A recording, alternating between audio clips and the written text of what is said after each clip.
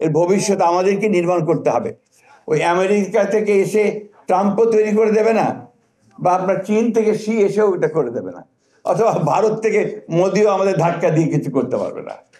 এই যে বিষয়গুলো, এটা আমাদের মধ্যে, আমাদের মনের মধ্যে, আমাদের অন্তরের মধ্যে গেঁথে নিতে হবে। আসলে আমার চারদিকে তাকিয়ে আপনাদের বিশেষ করে টেলিভিশনের টক শো, বিদ্বান মানুষদের কথা, আপনার রাজনীতির বক্তৃতা সবকিছু শুনে সবাই কেমন যেন একটু হতাশ হয়ে পড়ছেন। বলছি যে এত যে রক্তপাত হলো, এত যে রক্ত ঝরলো, এত যে মায়ের বুক খালি হলো, তার পরিণতি কি হবে শেষ পর্যন্ত? আমি বিশ্বাস করি, দৃঢ়ভাবে বিশ্বাস করি যে ভালো হবে, এবং খুব ভালো হবে। কারণ আমরা বাংলাদেশের মানুষেরা চিরকাল ভালোর জন্য সংগ্রাম করেছি, লড়াই করেছি এবং জয়ী হয়েছি। বিশেষ করে আমাদের তরুণেরা, আমাদের ছেলেরা, আজকে বাংলাদেশের যা কিছু ভালো অর্জন সব তাদের জন্য। আমার কাছে মনে হয়েছে যে বাংলাদেশের সবচেয়ে দেশপ্রেমিক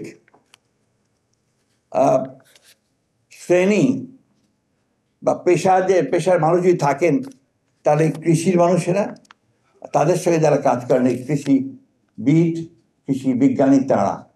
কারণ এখন পর্যন্ত সবচেয়ে বেশি, আপনি যদি বলেন যে কোথায় সাকসেসটা বেশি বাংলাদেশের, এই মানুষ, এতগুলো মানুষের খাদ্যের নিরাপত্তা প্রদান করে যে শ্রেণীটা কাজ করলো, সেটাই কৃষকেরা ও তাদের সঙ্গে যারা কাজ করেছেন সেই কৃষি বিজ্ঞানীরা বা কৃষিবিদেরা। এটা অনেকে আমরা বলিও না, বুঝিও না, জানিও না।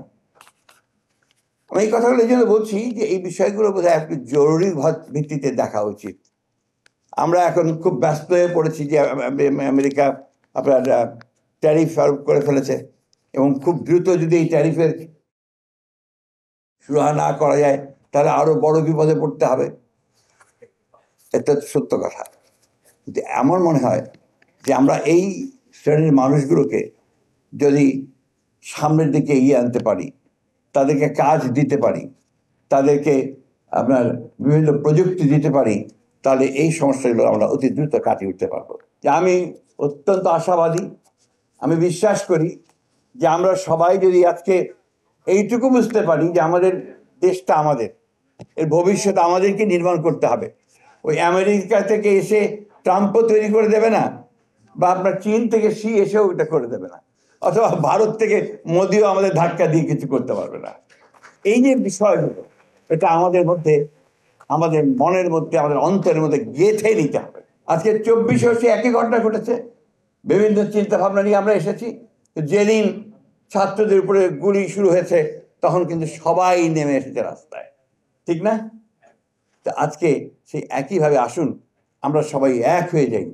আমরা, সমস্যা আছে, সমস্যার সমাধান হবে, ইতিমধ্যে অনেক দূরে গিয়েছে। আমি প্রফেসর ইউনূস সাহেবকে ধন্যবাদ জানাতে চাই যে তিনি দায়িত্ব নিয়েছেন। আমার বিশ্বাসও আছে যে তিনি সফল হবেন। আমরা আসুন আমরা সবাই মিলে তাকে সাহায্য করে, আমরা নিজেকে সাহায্য করে আমরা সঙ্গে। তবে একটা কথা খুব জোর দিয়ে বলতে চাই, গণতন্ত্রের কোনো বিকল্প নেই, এবং গণতন্ত্রকে চাপিয়ে দেওয়া যায় না। ইট ক্যানট বি ইম্পোজ। আপনি আমার উপরে চাপিয়ে দিলেন তা দেওয়া যাবে না। চর্চা করতে হবে, প্র্যাকটিস করতে হবে।